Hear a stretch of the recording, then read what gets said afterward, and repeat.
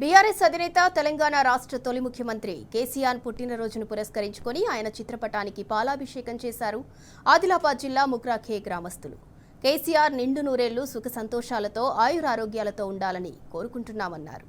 మళ్లీ కేసీఆర్ సారే సీఎం కావాలని, పేదల బతుకులను మార్చిన ఆయన పాలనే రావాలన్నారు. కేసీఆర్ గారి నాయకత్వం, కేసీఆర్ గారి నాయకత్వం, కేటీఆర్ గారి నాయకత్వం, కేటీఆర్ గారి నాయకత్వం, అనిల్ జాదవ్ గారి నాయకత్వం, కేసీఆర్ గారి నాయకత్వం, కేటీఆర్ గారి నాయకత్వం, అనిల్ జాదవ్ గారి నాయకత్వం. జై కేటీఆర్.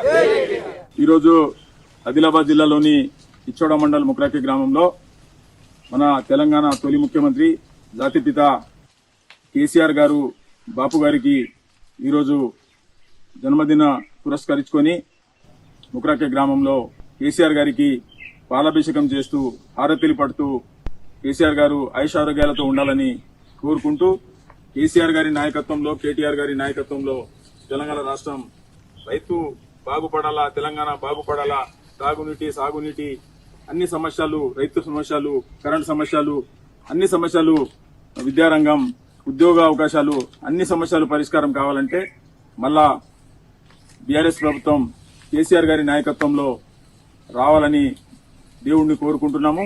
ఇటువంటి కేసీఆర్ గారి జన్మదినాలు ఎన్నో జరుపుకోవాలని